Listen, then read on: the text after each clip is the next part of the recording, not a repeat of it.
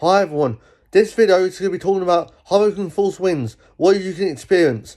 100 miles per hour, 80 miles per hour, or 75 miles per hour. 100 miles per hour is predictable. 150 miles per hour, or 140 kilometers, or 135 kilometers is predictable when you need a hurricane. So you need 100 miles per hour, or 115, or anywhere from 120, 125, 130, 145 to 150 or 200 kilometers or something is severe hurricane. So these are little tips of what hurricane force wind can be like.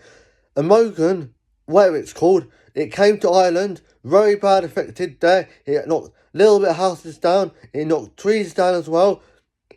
Scotland also had it. It knocked trees down. I don't know if there was more of a bricks down, but I can't predict. Thank you for watching. Hope you enjoy it. Like and comment. Don't comment anything nasty. Subscribe to the channel. Share the video. Turn notifications on. Thumbs up. Thank you for watching. We'll see you in the next one. And notifications on. And then subscribe and share the video and like the video if you want to stay updated. Thank you and everyone to subscribe right now. Get me up to 260k. Bye everyone.